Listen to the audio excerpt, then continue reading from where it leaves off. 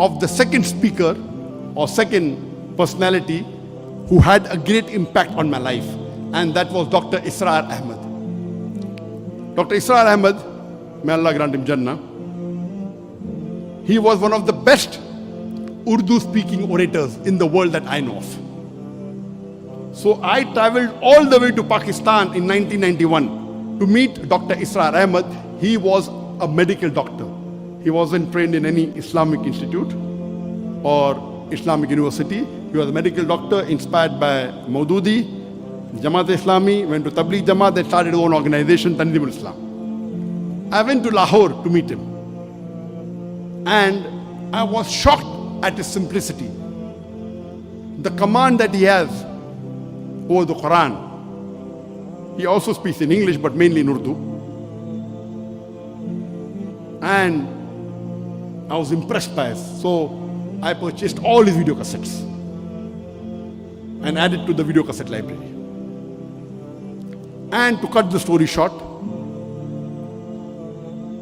I learned many things from him. I'll just mention two important things I learned. Number one, he told me that I told about my background. I'm a medical doctor.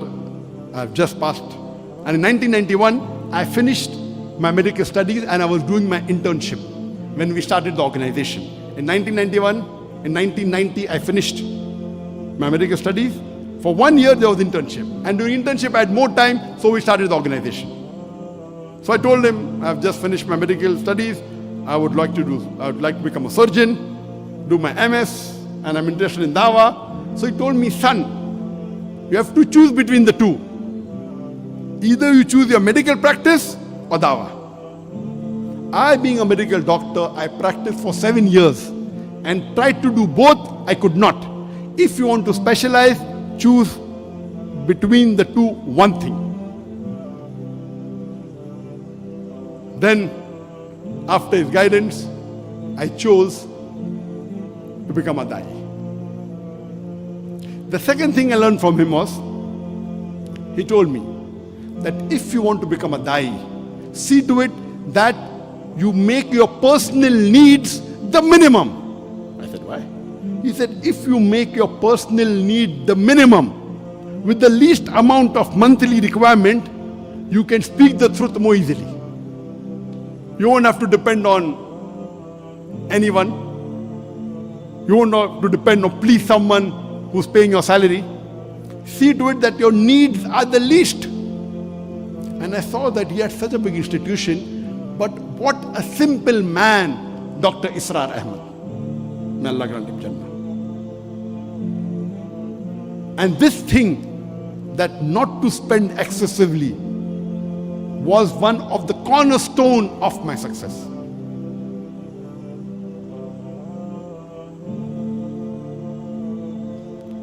Just in case I forget, towards the end I may tell you, but today I require only 2,000 ringgit a month for me and my wife to survive. Only 2,000 ringgit. Very comfortably. Very comfortably. Not for my Dawah activity. Dawah activity, though I have travel, fly, I pay my own money, that's different. That may be in large amount, but for my personal needs, 2,000 ringgit is sufficient. In Bombay, it was 40,000 rupees.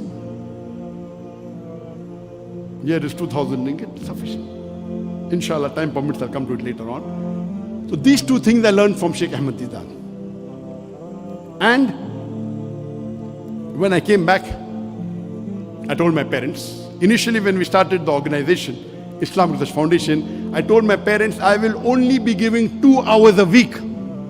Because once I finished my internship, when I joined the MS surgery, I have to be there 24/6 or 6.5. Maybe I get half a day in a week free. So I spend some time with my family and 2 hours in this organization. But then I decided I will not do my post-graduation. I told my parents, I want to give 2 hours a day for Dawah and the balance time for my medical practice. My father had a roaring practice. My elder brother, Dr. Muhammad Naik, also was a doctor. And my brother, he was a very good orator. So when Sheikh Ahmed Didat came, he was the MC. Because he was the Secretary General of his medical college. very good orator, not an Islamic speaker, but a general orator. So that's how Sheikh Didas was impressed. So I told my parents, 2 hours dawah, remaining medical practice. After a couple of months, I said 50% dawah, 50% medical practice. They said no problem. Then I said 2 hours medical practice, remaining dawah. They said no problem. Then after maybe a year or so, I said full-time dawah. They said no problem.